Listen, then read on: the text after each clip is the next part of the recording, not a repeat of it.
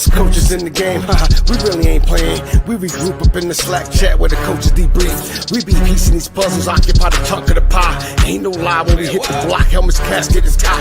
You be seeing helmet after helmet, helmet after helmet. First place, second place, fifth place, eighth place, 12th place, 15, 16, 20. So many helmets, you got blurred vision, we got too many. Get the tech. Oh man, shit.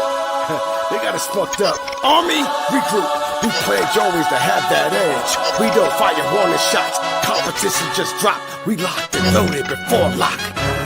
Whatever the time, yeah. Do you even correlate? Being the best requires a willingness to outwork your competition. There's always someone smarter, faster, sharper, more naturally gifted to come around.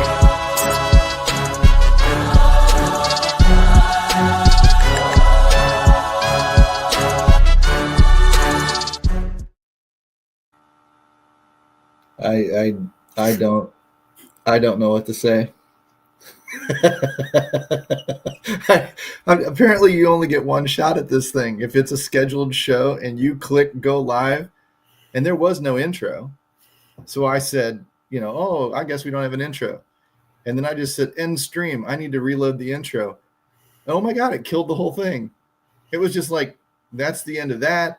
Go back in, recreate a new show, start all over. I was like, oh, I've never done that before. And then when I did the old show looking like a dumbass. Oh my God. And then when I did that, as you know, the template went away. So I had to reorganize this MLB show template and background and all the visuals. And I'm going, what the hell? I mean, the Prince, I wish I knew what happened. I hit a button and the whole thing just went like somebody was like, I didn't pay my electric bill and they just cut the cable right out there at the street. I was like, what?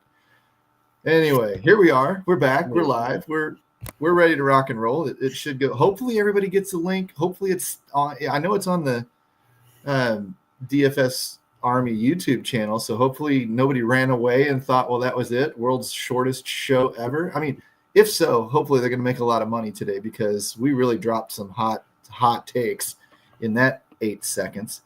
But wow. I don't. Yeah. I feel like they expect when it's me and you, it's just going to be a chaos. So, Hey, you know what? If that's our shtick, then we'll play it up. I mean, you've got the two incompetent boobs running the freaking show. So what are you going to do? I mean, I don't know. We've only got 10 people watching us right now. I swear half the people were just like, well, I guess that's that for today. Somebody just, once again, like we said last time you and I were together, just blame Chapadong. Yeah, that's the end of that. So, DePrince, I will show you how to do that. I will do it both for FanDuel and DraftKings today because I made a new word yesterday. Oh yeah. It's just to get us off the rails early. Oh, yeah, it wouldn't be a show without it. And that way, and I know it's only the family here right now. Right, like seriously, like the Thanksgiving family, the people that are invited to Thanksgiving dinner only, like the secondary family, they ain't here yet. What's 15-ish minutes before lock? But that's when he's running the DS. I was getting ready to take the dog out, and I was like, take the dog out, take a shit, and I was like, that ought to be like a fancier name for. So, as the dog's running out, I said, you need to take a deuce from your caboose. So my new word is caboose deuce. A caboose deuce. If you say it really close together in a foreign accent, I think it sounds kind of fancy. Fancy? You think it sounds fancy? Fancier than shit. That's why you and I get along, because if that's fancy talk, yeah. Caboose deuce. Yeah, you threw the caboose. Caboose deuce. I like it. Okay, yeah, I'm good with that. I'm gonna have to explore the usage of that word. Can we use it on humans? Can we use it on ourselves? Like, caboose deuce. Can I tell my wife that I've got to go take a caboose deuce? A caboose deuce. And she's gonna go, what in the hell? She's probably in the other room right now, rolling her eyes, going, I cannot believe you guys get paid to do a show like that. Well, guess what, honey? That's how the riches were made. Anywho, That's awesome. Deuce He's on a Scoopers. show talking about new words, talking about shit. Right. So we'll do the whole cash idea because, like I said, I'm starting to push those cash game narratives because I think that they're something that we've gotten away from. I think it's a way to bring the Army back to its roots and do its thing. We'll do cash game. We do pivots. We you got me talking in accents now. We do cash games. We do pivots. We go. You got me talking all goofy now. I mean, I blame it on the Deuce Caboose. But we'll run through all that. Going to start a alternative business called the Caboose Deuce Scoopers. Exactly. Caboose Deuce Scoopers. That's just free enterprise system. It's competition. Yeah. The fancy dog shit sweepers. Today I'm looking at the views. The views are really, really low. I'm feeling that you guys that are in the comments right now are literally going to get some serious one-on-one attention today. That's the way. Honestly, that's how DFS Army was built. Yeah, forget about it. You got forget about it, right? So here we go. And I did think Italian probably was the best Caboose Deuce. It probably was. If you're like me, everything eventually devolves down into like Angry Indian Man. Yeah. And it just like everything just starts sounding angry. It's terrible. Let's dive in. Let's hit the weather. Let's hit the pitchers. Let's hit the leverage stacks, and then let's dive in. Do the DS thing. Do the cash game thing, and let me talk about you and your pivots. Your caboose pivots, if we will. We'll see if that takes off. Pivot. Exactly. That's the old Ross. Ross. Ross who? Ross from Ross and Rachel. Not well. Okay. A little bit in Chicago. 40% in game. Has it got you on off of arms? Probably not. Don't know if you'd be on arms in that game anyway, unless it's Flaherty or Skilbo. Flaherty's gone.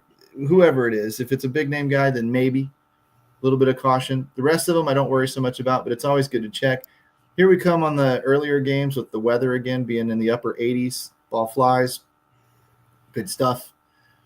Figure out where we go from there because I'm going to dive into Optimizer land here, sort that projected ownership. Let's find that pitcher over on DraftKings on FanDuel. It looks like Freddie Peralta. Maybe Skeens, Flaherty, weather caution.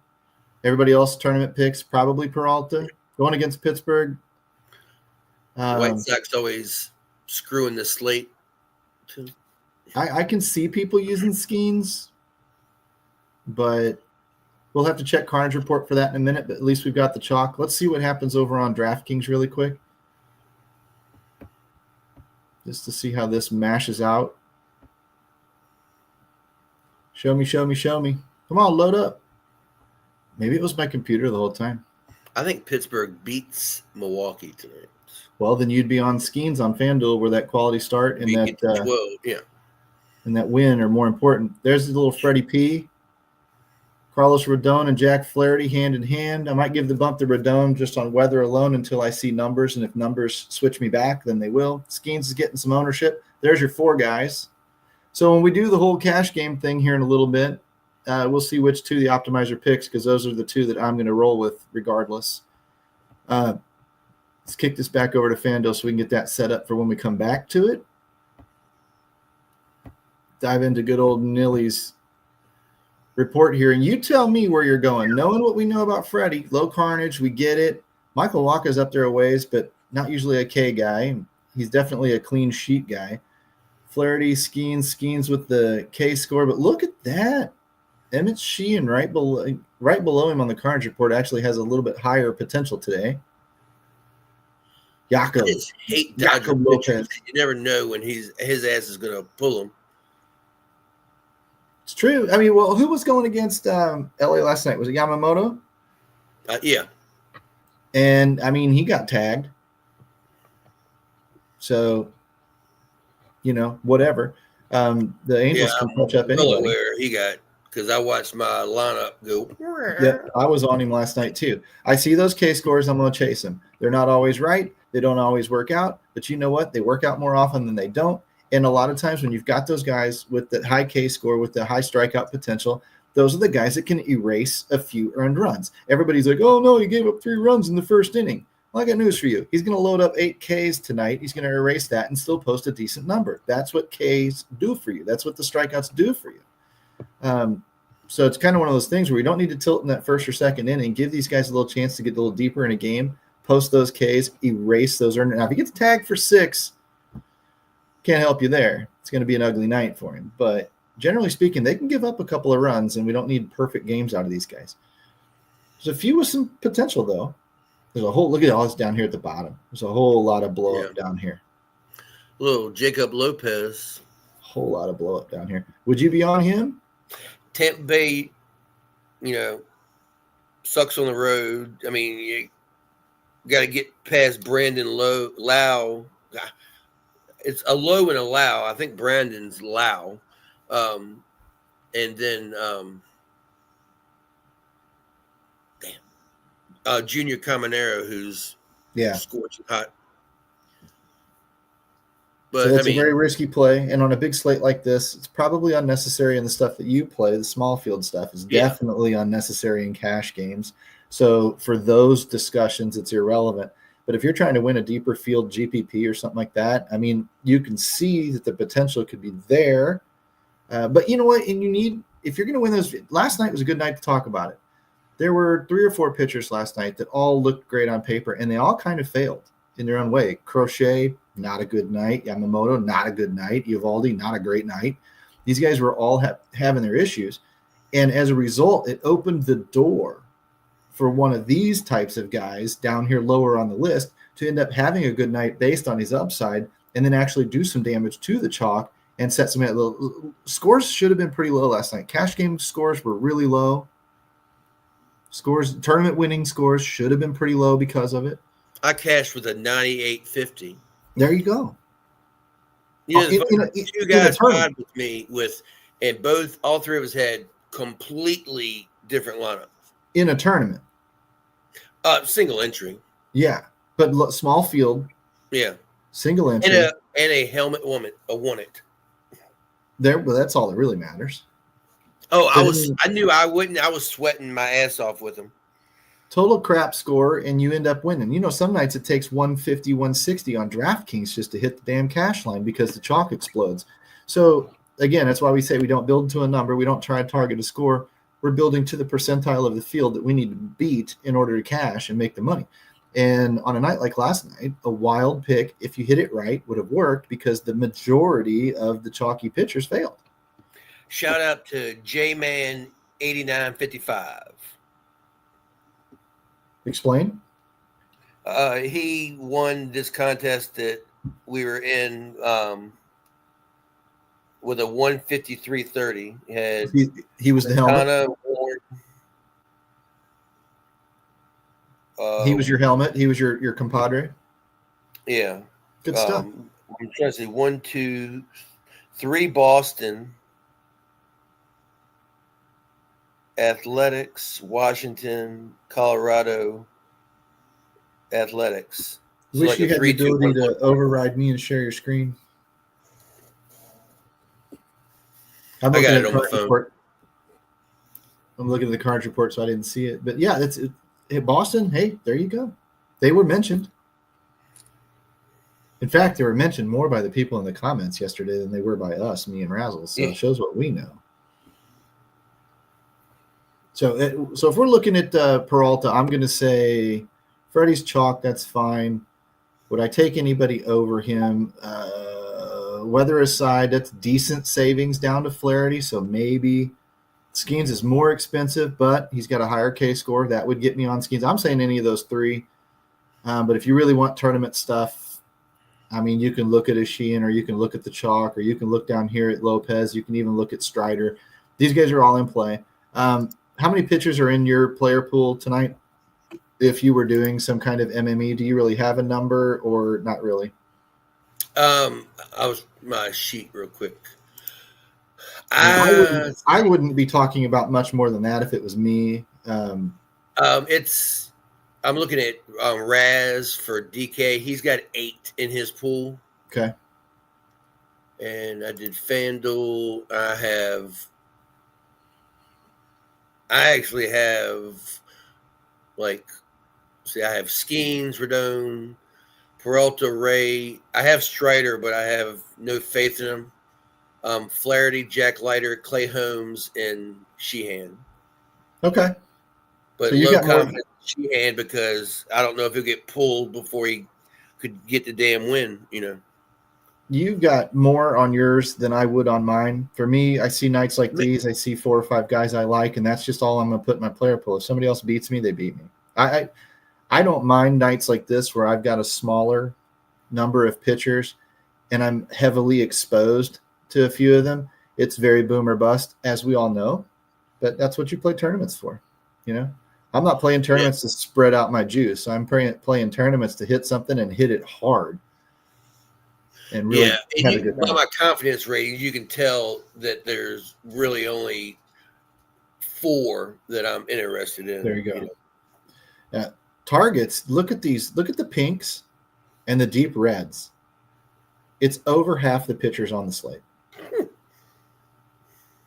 I mean, so whatever your tier 1 and 2 stacks are going to be, it should be a lot of people. Because there's a lot of teams that could go off tonight. Like the only ones I would really avoid are the chalkier pitchers or somebody with a little bit lower ISO against. Again, hope for the best. None of this is great, which I think was noted in the comments. I think what might be funny is that not one of those dark red teams. I won't say too much. Oh, look at you giving hints away. I got you. Like Long had said, last night he had Crochet, Yamamoto, Eovaldi in all of his lineups. So it was like watching porn with no storyline. That's pretty funny. Just straight into it. Right. Your night's over in the second inning. I mean, it was just a quick in and out and done. I like it. There's about as much time as Bonnie Blue gives you. But I don't need to just know that she needs a passing grade. Like, why? Why is she failing? Okay. So you need a story. Like, what's wrong? Is something going on at home? Everybody likes a little story. Everybody likes a little story. And I agree with Darth Pasta. Cash games are king. People have gotten too far away from it because it's not sexy. It's true. It is a grind. It is boring. It is whatever. But that's how you grow over time, or that's how you preserve your bankroll over time long enough to stay in it to win it. That's why we're going to start pushing those babies. Looks like, Eric agrees with you that Pittsburgh gets past the Brewers. Rockies losing streak ends. Oh, Lippy, why you be doing that? Cards can't hit left-handed pitching worth the shit. It's gonna be a contrarian dude right there. I can promise you that. After last night going 4K Maderos, yikes! That's you can't do worse than 3. But you know what? I don't chase trends. I go right back to what I know works. What works? These top 4 or 5 pitchers. Somebody there should do great. I'm staying with that. I'm not going to overreact and go off the rails in another direction. Eric will disagree with me. Let's see. Yeah, last night was a fluke, Chuck. I would agree. What do you really look for on there? Not sure where. Pitcher was a dumpster fire last night. It's going to be probably a dumpster fire again tonight. I'm guessing means what are we looking for when we look at the Carnage report? Okay. The quick explanation there is, for me, I look at K-score. That's your strikeouts. You want to ideally look for Vegas favorites in the money line. You want to look for guys that go deep into games with innings and all of that kind of stuff. Guys maybe with low whips on DraftKings that don't give up hits. That's all fine and fair. But on this particular report, that should all be incorporated in this Carnage number. So the lower the number, the stronger the pitcher. But over here in the K-score, this is pure strikeouts. This is his strikeout percentage added to the opposing team's strikeout percentage minus the decimal point. Over 500 is generally a good number. That's why it's blue. And what you're going to find in the VK score, that's matchup dependent, specific to tonight. I like to look for guys that increase or decrease, like 481 to 547. This 536 to 630 is off the charts great. Does it mean Sheehan is a cash game pitcher? No. It means he has great upside. So he's a tournament play. You're looking for the ownership to kind of back you up in terms of cash game pitchers. You pretty much want to play the chalk. Sheehan's not going to make the chalk. So he's not going to do any damage in cash games. And in fact, he could fail and he could tank you if the chalk does what the chalk should do. But that's the kind of stuff that I'm looking for. It's a really simple sheet. It's easy to run off of. X WOBA against is expected WOBA against, of course. Big numbers like this 434, Matthew Liberatore has been getting tore up. Apparently, his expected WOBA against is off the charts. So you should be looking at his opponent, which is Colorado, as a potential stack. That's also how you use this tool. ISO against, same thing. Over 200 is an elite number. If you see a pitcher giving up 200 in ISO or more, like these red dudes down here, big time stack indicator, especially if you find a power hitting team like the Athletics, like the Dodgers, like the Yankees going up against these guys. Now, when you see these numbers that are just way, way, way off the chart, generally that's a small sample size. But in a nutshell, that's how you're using this chart, using it all in conjunction with itself. And to describe it really, really quickly, I like to find somebody that I like with good strikeout potential. Let's start with Paul Skeens, 5'11". Now, I don't like that his VK score goes down. Tells me there's something about Milwaukee, that could get to him tonight. But let's say there's the raw number 5'11", $11,000. Can I find a better K score, like the one right below him, for cheaper? I mean, why would I not get more bang for my buck? If I trust K score like I do, and the K score went up and the price went down, why would I not be doing it? Look down here at Jacob Lopez, right? $8,000. Price went down, K score went up. In both cases with Sheehan and him way up. These are good tournament plays, in my opinion, just based on those numbers alone. Jack Leiter. Because there's tons of power. Now, if I'm looking in the chalk range, though, these guys here kind of up at the top, I'm not going to use Sheehan. I'm trying to talk myself off of Paul Skeens for like a cash game scenario. I'm really starting to suffer when I get down to the 450s with this K score. I need to save significant money to not use Skeens. Well, Michael Wacha might be the guy, but Michael Wacha's not getting any ownership. It's really between Flaherty for about $2,000 less. How significant is this K-score difference? 50 points? It's pretty significant, to be honest with you. $1,000 for Freddie Peralta and only a 30-point drop in K-score, maybe a little bit better. These are the things I'm running through in my head. I'll look at the ISO against. Look at this. Flaherty's not giving up a lot of pop. That's good. Might choose him. Flaherty's got weather concerns. Might not choose him. We just go through all these little checklists, these pros and cons in our head, and we're just trying to figure out what makes the most sense to us for the cash game or the tournament that we're playing, and we go from there. That's how I use the sheet. It's how most of us use the sheet in a way. And I'll show you another one on leverage stacks here as we get into that. Is there anything else you want to say? I mean, other than these are the teams we should be stacking, these are the pitchers we should mostly be using. Anything else you want to add to that? No. Okay. So if I go to leverage stacks, we play the leverage game. These are the teams. What we should be seeing here is a high correlation with implied run total, right? Implied run total and ownership usually correlate. So I can see that the LA Dodgers are the chalky team tonight at 85% total ownership. Now, don't take that number too much to heart. They are the highest implied run total team. Therefore, they are the highest owned team. That's what you should know. And we're looking for misplaced teams. So when I see the number 2 implied run total team, implied to score the most runs is the Yankees, and they're at half the ownership, that makes me like the Yankees. Makes me like St. Louis, makes me like Detroit. These guys, when these numbers get a little out of whack, they don't perfectly line up. I'm looking for the discrepancies. The lower owned stuff in there is the stuff that I'm going to be keying on myself. That's where you're going to be getting a lot of leverage usually. Now, this is where we start playing the game with Tattoo. Like if I'm using cash games, I'm going to be using some Dodgers. I'm going to be using some KC for value or some St. Louis, something like that, because they're all up here at the top of the list and they got a little bit of ownership to them. But if we're going to go tournament talk and we're going to talk to Tattoo about where he would go with single entry stuff, smaller field stuff, usually we're going to stay kind of close to the chalk, but we're going to get a little bit different. The bigger field stuff is where you might get just way off the rails because you're trying to beat 50,000 people. But for Tattoo, he's got rankings. How many teams do you have in tier 1?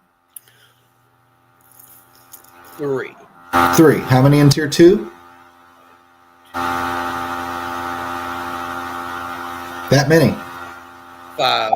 5. So we got 8 teams that he likes for tournament stacks, whether it be big stacks or mini stacks. And I have 4 tier 3s. 4 tier 3s. So I usually, just for the sake of speed, I like to guess tier 1 and tier 2, or have you guys guess tier 1 and tier 2, so we can play a little interactive game back and forth with Tattoo, and see if we can't pick off his tier 1 and tier 2 teams. These are the teams that we would be primarily be stacking. How often would you say, Tattoo? How often would you say a tier 3 team becomes your main stack in one of those smaller field GPP entries? It can't be very often. No, rarely. Because you're more confident in tier 1 and tier 2. Yeah. Yeah. So, bear that in mind when we go guessing through these. But what he's saying in tier 3 is those in a mini max or something like that, a big MME contest, they should be included, of course. But he's focused at the top of his tier sheet. Before it gets asked again, like I said, I'm looking for these guys that are out of whack. So tonight, I'd be looking for New York for sure. Maybe some St. Louis, Detroit, Texas, maybe Toronto or Athletics, right? And then I'm about done for my own personal stacks. I don't need any more than those few. If I can't get it in the first 5 or 6 teams that I'm mentioning, then I'm just not going to have a very good night. I'm not interested in down here towards the bottom, trying to pick between the freaking bottom of the barrel and hope to throw a dart and get lucky that somebody went off and I happen to be on them. To me, that's just not how I played, DFS. It's not how I play. To answer long wind, Astros and Boston are actually not on my list, but if I was maxing out, I would include those 2. Okay. But they're not on my sheet. Not on the list as of right now. So start throwing them out there. You guys, Harlock, you guys are pretty good at it. Dodgers number 1, Harlock comes right out of it. They're tier 2. Tier 2. So that would be, I need to write these down myself. LA Dodgers, that would be 2. They're always disappointing this year. I kind of agree. They were okay there for a stretch, but then they got a little bit disappointing. Even though I do have like 2 in my cores. So let's see. You guys got any more guesses out there? Because if not, I just kind of go down the list. We already knocked the Dodgers off up here at the top. I want to know where the Yankees landed. Are they in tier 1 or 2?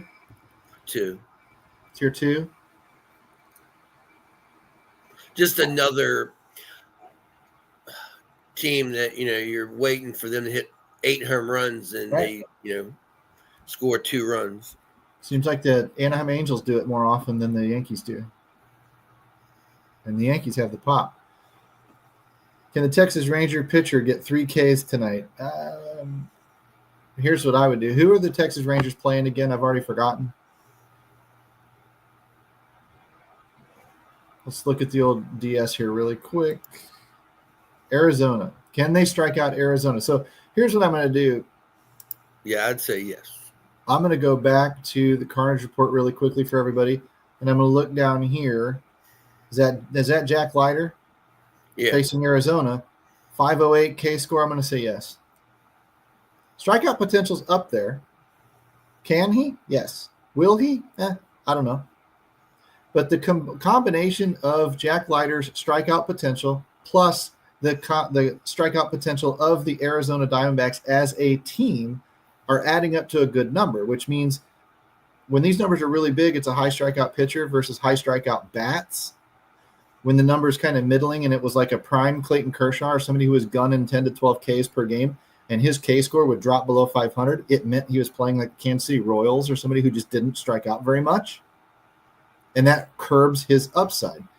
Leiter's got more upside than usual for him, which probably tells me that the Arizona Diamondbacks tend to strike out a little bit more than the average team in baseball, which means, yeah, I think he can hit his 3.5. Will he? I don't know. Let's see. Royals, tier 2, Arizona did not make the list. Well, BK. I really like Leiter tonight. So I didn't include Arizona. Gotcha. I would say to BK, who asked, are y'all helping me win my first contest tonight? Yes. What am I going to say? No? What do I want you to do? What contest are you playing? A small field? I guarantee you're going to learn something from today that is going to help you win. Now, how do I quantify that? I can't. I promise you this. If you follow us for weeks and weeks and weeks, you're going to become a much better player faster than probably anybody else in the industry.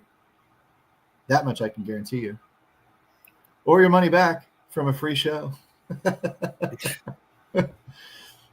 Let's look down the list here. So we've got LA and New York tonight in Tier 2. Who else did you say was Tier 2? Because you mentioned them. Was it Kansas City KC? and the Dodgers? Right.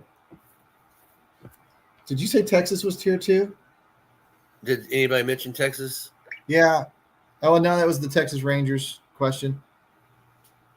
So it was KC and Arizona. Arizona did not make the list. Top team has to be the A's or Tampa. It ain't going to be Tampa, I hope. Tampa is not on the list. Okay. And Yes. Athletics They're are on Tier 2. Athletics are Tier 2? Athletics. So we've got 4 Tier 2 teams out of 5, and we got no Tier 1 teams out of 3. Oh, boy.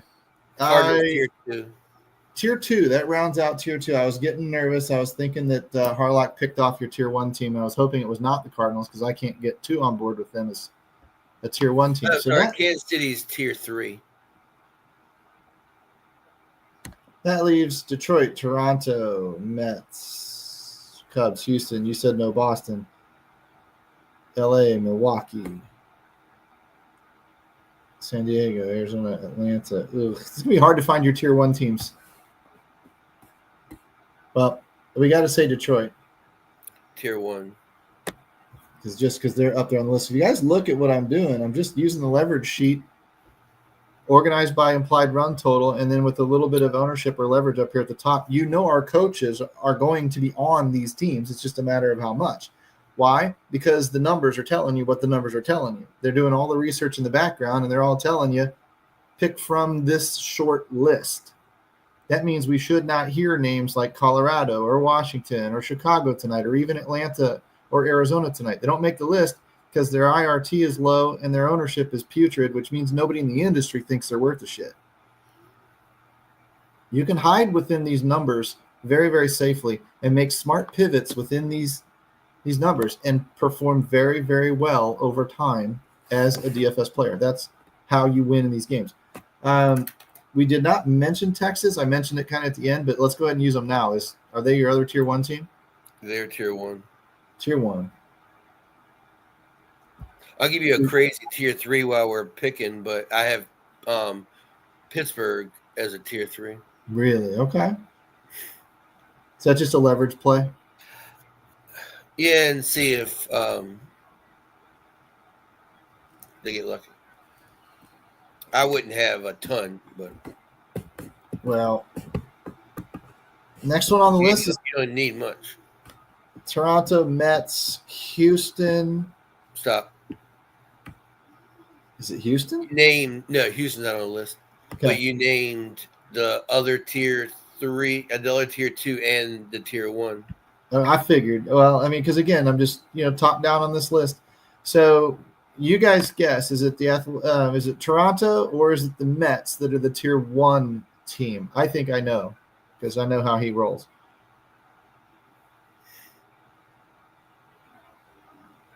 So anyone, Bueller, anyone? There's only 22 of us in here today. Really, really low numbers today. Probably because I boofed the freaking start of this show and people didn't come back. They probably ran off to our competitors, that freaking I wonder if the Chevron link I across- sent out was to the other one. That's exactly what it is. Also, is that they're directed to a show that doesn't exist and they're wondering what the hell's going on. But Jesus Christ, it's got to be Chop and Tattoo today. exactly. That's who's on the show tonight. Harlock says Blue Jays. I concur. Toronto's your other Tier 1 team. Toronto, yeah. Because I know how you roll. The Mets were Tier 1, and I bumped them for Texas. Okay. So really and truly, if you've got these 8 teams, Detroit, Texas, Toronto, and then LA Dodgers, New York, Yankees, Kansas City Royals, Athletics, St. Louis, maybe Mets. Now you're sitting there, I'm with Chuck. I mean, Detroit's fine. I like them just fine. But you use those 8 teams, and if you pair Team 3 with Tier 7 or Team 7 or Team 1 with Team 4, you're going to be in the neighborhood of what should be ideal. It's baseball. It's volatile. Could the White Sox score 10 tonight with the Washington Nationals? Sure. Don't worry about that. In smaller fields, nobody's going to have it. In the bigger fields, you're going to have it. Somebody's got it.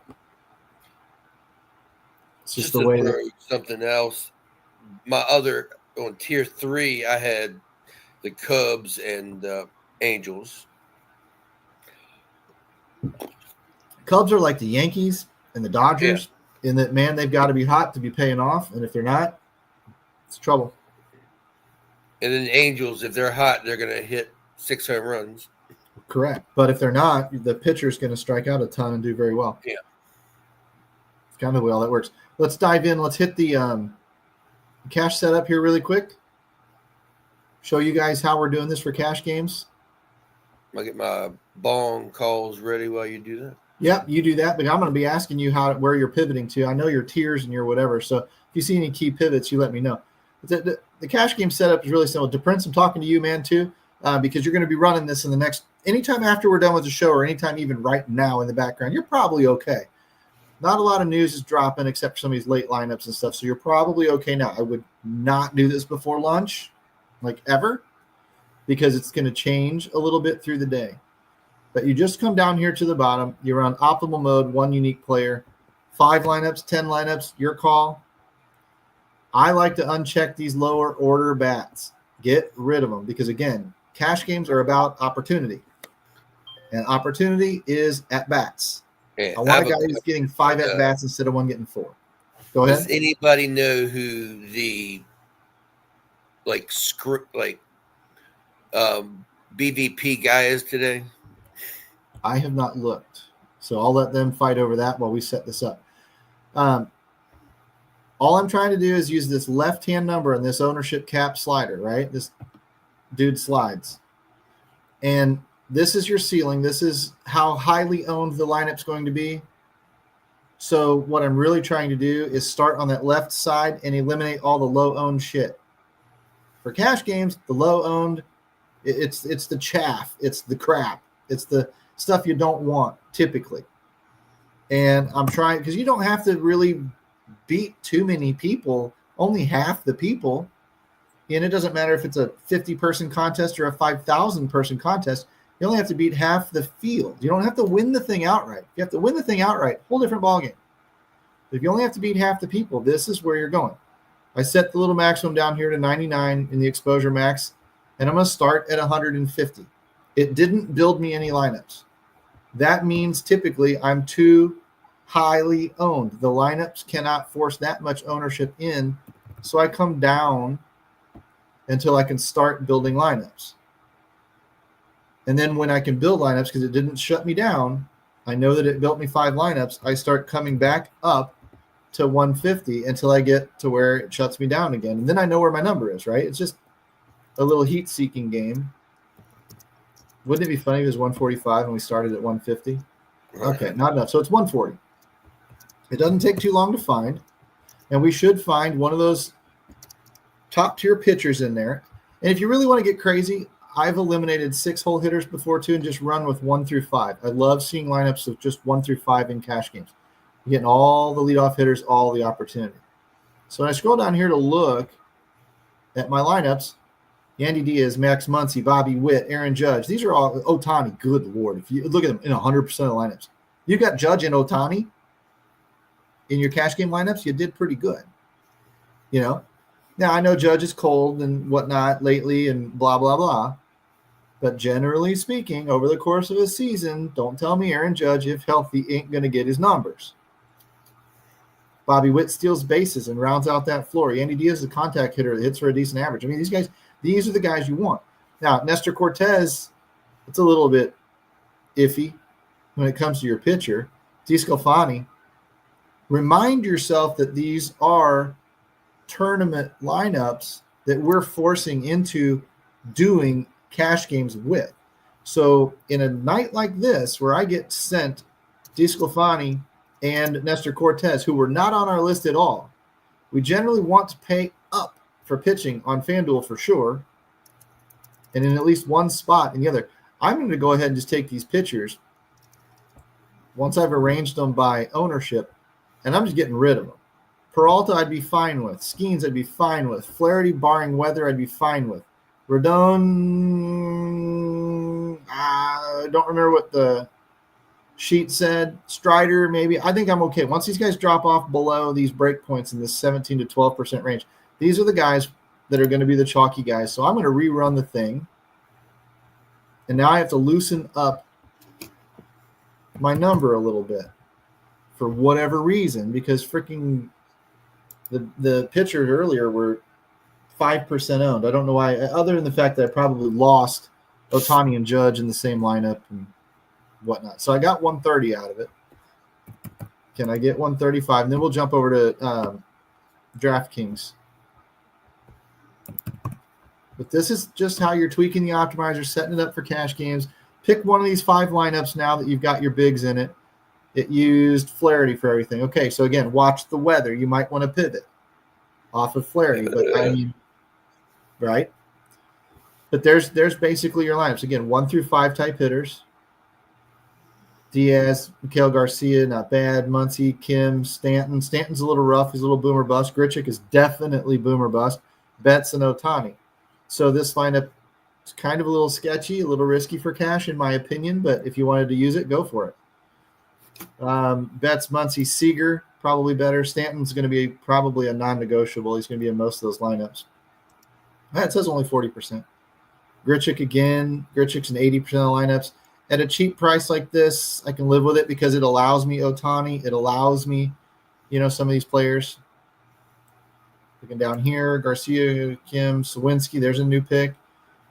Ohtani, Betts, Caminero. Ohtani, Betts, Caminero, pretty good. Bottom of that lineup. That might be the one that you pick, but just pick one. Run through here, pick one, and you're pretty good to go. There's Seager, Ohtani, Betts. So with Flaherty, I mean, again, you're in a good zone. You're going to be close. This is a baseline drill that shows you roughly how you're supposed to be building these lineups. It's going to be competitive. It's not going to win every night. You're going to go through stints where you only win 5 out of 15 slates. That's what we play baseball for, is the long run, not tonight specifically. So when I go set up the DraftKings, same way. Go ahead, Tattoo. I was singing this the long way home. Gotcha. Set up 1 through 5 on DraftKings just to show you guys it can be done. I did this video already in this morning in our Discord. And I'm going to see what it does with the pitchers, and then I might go back and control it a little bit more. But I want to make sure that we can get somewhere around that number again. The numbers are actually pretty close together sometimes. But you can see when it shuts me down, I've got to loosen up that left side to get it to make me numbers. Then I can clamp it back down 5% at a time. And you don't have to be super anal with the 130, 135, 140, whatever. Just get close. Get within 5 or 10%. I used to sometimes too. I would go through. I think we've done it before, and uncheck everybody in the hitters, and then go through position and take like the top, top 7 guys, or wherever the break point is. Different way to skin a cat.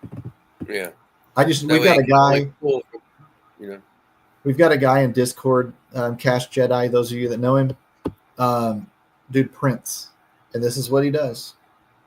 So if it ain't broke, don't fix it.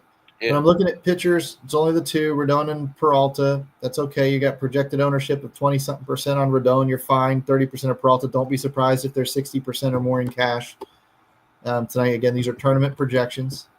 But there's your 2 pitchers in all of your lineups. So I don't need to go back and rearrange anything. I can live with it just fine. A lot of Ohtani, Grichuk, Jock Peterson again pops in there. That dude's in there like crazy. But if he's heating up and he's okay, he's hitting for power, he's fine. And he's 9 for 19 with 4 home runs. There you go. That's his BVP. Really nice. That's a really good number. These are not stacked lineups. We don't stack in cash games. If the optimizer does, fine, we'll allow it. I'm looking for one that maybe has 3 in it. I don't see it. So that's okay. Last night, I think I ran one, or last night or the night before, ran one, had 4 Brewers in it. I was like, I don't really want to be that heavy on Brewers for cash games because it increases my risk. I don't want to increase my risk, but I don't mind it if that's the way the slate goes. And on smaller slates, you'll do that a lot more often than on bigger slates. Cash games, we just don't want risk. We want high floor lineups. We want safe players. We want people that produce consistently. And you're generally not going to get that if you stack a ton up in 3, 4, 5-man stacks. So these are great lineups. Again, they're all 1 through 5 hitters. They're all going to get 4 or 5 at bats. If the team goes off, they're going to get staying up at the top of the order. It's going to get you that 6th at bat, which is more opportunity to score points. And just playing the law of large numbers. So there you go. Now my question to you is, what are you going to do to pivot when it comes to tournaments? Unless you want to do your bong calls. Are you talking about for like my style or for like a tournament? Whatever you want to talk about, buddy. For me, like I said, I would go up to stacking and uncheck all the teams, set whatever I'm going to do, 5-2, 4-3, whatever I'm going to feel comfortable with. And then just put my tier 1 teams in stack 1 and stack 2. I'll put usually tier 1 and 2 in there. On the second side, you're putting tier 1 and 2. Yeah. So you've got Detroit, Texas, Toronto on tier 1, or on side 1, stack 1. Yeah. And over on tier 2, you're adding in Athletics, Yankees, Royals down here, St. Louis, Dodgers, wherever they went down here. And that's basically the way you're going to run it. Now, do you put limits over here on the stack 2 side, like a maximum of anybody, or do you just let it go? I just let it. I mean, because I'm only going to I'm just going to let it make 3 lineups so I can, then tinker with it. Okay. And on the stack on the left side, do you put anything in there in terms of 10% of this guy, 20% of this guy? Yeah. I'll go like highlight my cores and give them some love. But but you'll dig up into the player stuff for that. Yeah. Okay. Which he's talking about down here. Like if you guys really like Rodon, you're down here. You're going to put these smiley faces on them and boost their projections a little bit, which makes the optimizer like them more. And you do that on your core guys, that's fine. That's how you get the bats you want in your lineup. I'll let you guys do that in your own time. What is your stack formation for tonight? Are you 5x2 mostly, or are you other stuff? Usually 5x2.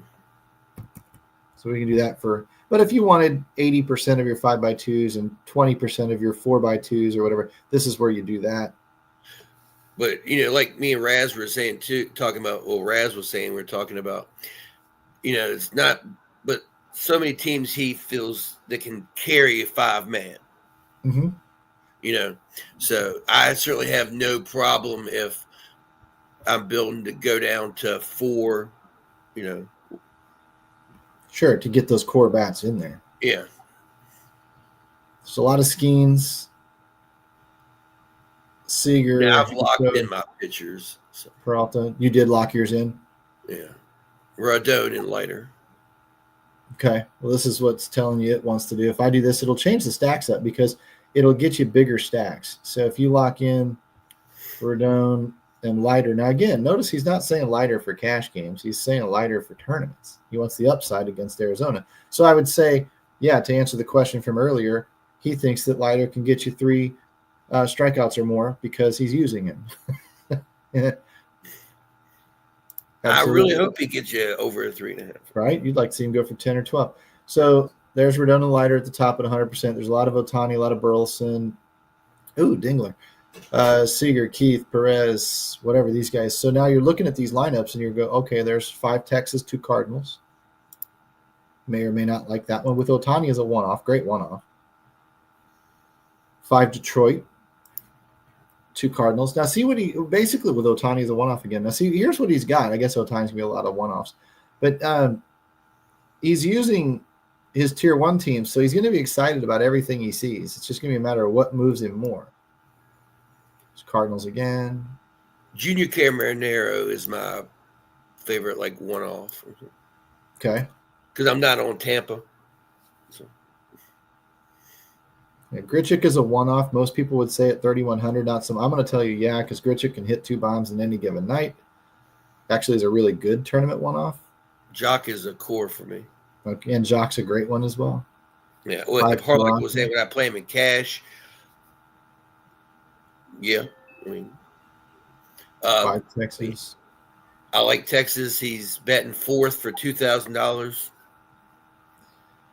So when you get a lineup like this that has 5 Texas people in it and doesn't have Jock in it, what you're going to do is you're going to go back. You're going to put a boost of some kind on Jock and make him pull into those. Make that optimizer choose him because you like him for numbers reasons, research reasons, and this is something guys can do. You don't have to take this lineup just because the optimizer gives it to you. You know, Jock's in the outfield. You could even turn around and say, I don't like Adolis Garcia, so I use the little green arrows here. I go down and I find Jock, who should be down here at the bottom, right? I swap him in. And once I swap him in, now I've got money to play with. I've got $1,200 or $1,600 to play with in the salary up here. And so if I want to upgrade a pitcher or upgrade a different bat or get off of Higashioka or whatever, I can do that. Get off of Josh Young. If I see a third baseman that I like, I've got $1,600 to play with. If I wanted to go Max Muncy, fine. If I wanted to stay, in Texas with Josh Smith and grab the leadoff guy, that would make sense. I mean, a lot of these things make sense. You can finish off your lineups within the domination station this way as well. So it's a very, very good tool. And I would argue the most customizable optimizer in the industry, which is why I should probably tell you guys should be VIPs, use that NFL 2025 coupon and get in here. It is very scary, Harlock, to play Jock and cash, but he's so cheap you can because it can upgrade your bats in a lot of other areas. And the ownership supports it. That's the thing. If Jock was 2% owned, I'd say no. Like, here's what I threw together with which ended up being a right, see you long. Take care. Hosh posh. I got Kirk, Torkelson, Jazz, Muncy, Seager, Carpenter, Peterson, and Barger. It's a lot of top order guys. It's good. A lot of top and middle of the order guys where they put the power. Yeah, it's 5, 5, 6, 5, 2, 3, 4, 4. Your boy Ivan mentioned that Reynolds has got a lot of BVP against Peralta. Yeah, that's what I said. I kind of 5% owned is nasty for Jock. Harlock, that's going to be your call. I might allow it just because, like you said, he's got great BVP. He's been swinging a bat lately really, really well.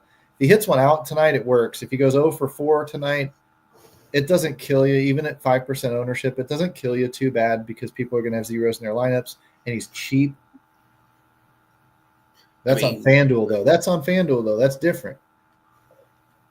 You can afford a lot better bats on FanDuel because it is not as price sensitive of a site. So I would probably not use Jacques on FanDuel. You can build lineups with guys all up in the 3K range and still get stud pitching. So I don't need to save that kind of money on DraftKings because it is so much tighter of pricing in terms of a site. We usually have to take one of those punt type guys. Yeah, and I'm sorry, Hart. Like, my brain is just geared towards DK. Yeah, and that's why you're going to see it. When I speak, that's just how, right, where I'm coming from. Now, let's say that you are playing a tournament over on FanDuel and you love Texas and you want to stack them up 4x3 or something like that. Yeah, I might include Jock in that for sure. First of all, he's 5% owned. Second of all, he's 2,300. Third of all, he allows me to get the meat and potatoes of somebody else, and he might allow me to get a Texas stack and then go get a three-man Dodgers stack or the beef of the order in Detroit or something like that. I would keep him in tournaments for sure. In your Texas stacks. Cash game, like I said, on FanDuel, I don't think I could do it. On DraftKings, I think we can. There's just slight differences between the sites, as you guys know. If anybody else any questions, fire them off. Do you want to go through your bomb calls? You mentioned a couple. You got others? Yeah. Let me get back down here. Obviously, I like what's his nuts that we've buddy, Dwayne. pondered over all day. Jock, Matt Chapman. For a BVP play, not a great average, but he does have 2 home runs off. Was that Nestor Cortez? Machado has 3 home runs, but I like wrong screen. What moved to me? Kerry Carpenter. I like Wenzel Perez, Zach McKinstry. About the Tigers in that talk. Yeah. And I don't know if he's in the lineup, but like I remember you and Raz yesterday. I love Jordan Walker for like a home run. That's interesting because he's for years been accused of being a ground ball hitter. So, And Nemo. I like Nemo. But he did hit one the other night. If he's maybe figured something out, great. By all means. Let's make sure we're not stacking these. While you're doing that, I am poking around with my FanDuel setup just to see what the cash game would look like. I mean, if I'm talking to the crowd here, I took Flaherty out. I just don't want any weather concerns in my cash games. He's probably fine. It didn't look like massive chances, but by the off chance something does happen, he gets pulled, I'm screwed. Peralta against Pittsburgh feels safer. Skeens would be okay. Those are probably the 2 guys I'm down to on this slate. I might work around some of these Rays a little bit. Spencer Horwitz is another bomb call. Okay. Muncy, Stanton I'm not a fan of in cash games. So I'm just going to look for these lineups, see if I can get anything off of these 2 in Tampa. If not, I could use them. It's fine. Again, they're going to be pulling some ownership. I mean, I get Tampa's playing in the other AAA stadium, so they're probably all right. Right. Stanton. And then sure enough, I pivot off of Stanton and start bitching about him not being a cash game type of player. He's going to hit a bomb. That's what he's going to do. I don't know if I could use him and Grichuk in the same cash game lineup. It just feels gross. Oh, man. They're going to be in all one. Stanton's in 100% of the lineups. Grichuk's in 4 of the 5. So my only options is top lineup without Grichuk in it. Betts, and that doesn't have Ohtani in it. Does have Caminero though. I don't know which one I would pick. Another thing that I can do when I really don't know what I want to do, I might come back up here and make me 10 lineups instead of 5. Might be one of those opportunities where I would do something like that. I might also bump the ownership restriction down a smidge more just to pick up another bat somewhere else that it didn't want to pick up before. I'm just loosening it up just a little bit to see if I can find something that I actually like. Because I didn't really like a lot of those lineups. As long as Peralta's still in there for the most part, good. There's the Rays again, but Altuve is typically a better cash game player. He's not pulling any ownership tonight, though. Kim, Stanton, Garcia, Betts, Caminero. It's still going to mostly be the same. A lot of freaking Trout's typically a cash game player, but as he ages a little bit, not as much. He's not as automatic. Brandon Lau, if you want, that's 3-4 Rays. That's a hard no. I don't have to stack tonight. 3 Rays, Barger. Toronto, that's okay. Picks up a stack in a really, really good spot. I might like the Barger thing. And I also might keep in mind that if I don't like something in the outfield like Trout or Stanton, I could put Barger in for them. In a lineup. Let's say I see a lineup that I like and it's got Stanton in it and it's got all the other pieces in there. I might take Stanton out and swap in Barger. Or somebody like that. It's just one of those things. Or I would argue that Mike Trout is more consistent these days still than Giancarlo Stanton.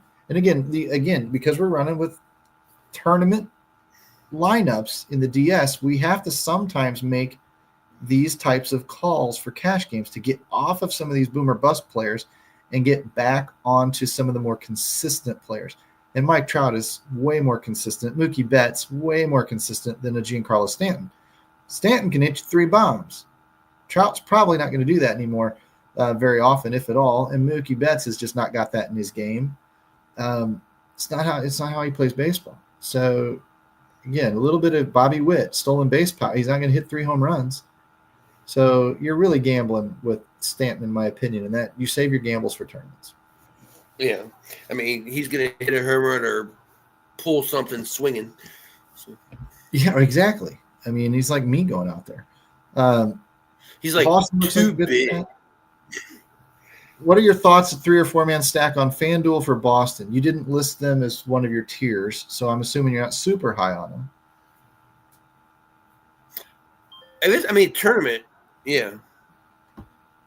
I would go back, Carnage Report, and we've got no data on Arrighetti. Now, we have data in history. We don't have any data this year in this Carnage Report, which sucks because I would really like to see that.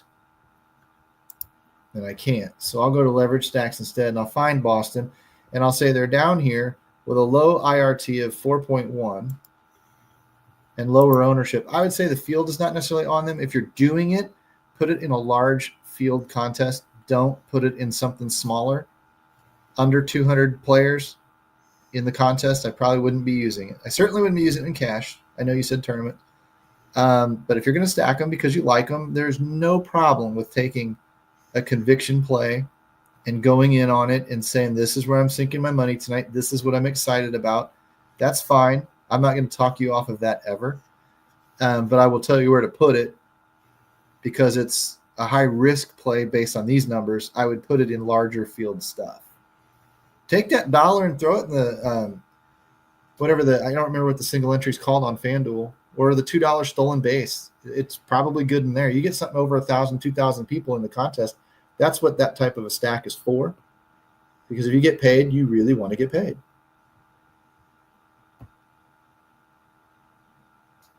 So that's what I would tell you, Steve. Sorry, buddy. What? I said I agree. I like it. I like it when we agree. Lovers, not fighters. I just started thinking about my steak. Well, let's go get to it. Sound like a good idea? Let's go get to it. Let's go win a lot of money tonight. Let's get out of here and let's take these thoughts and put them into place. And let's see. Let's see if we can get BK back in here in another couple of days and tell us that he won his first contest, or tell us that we helped him win. Oh, yeah.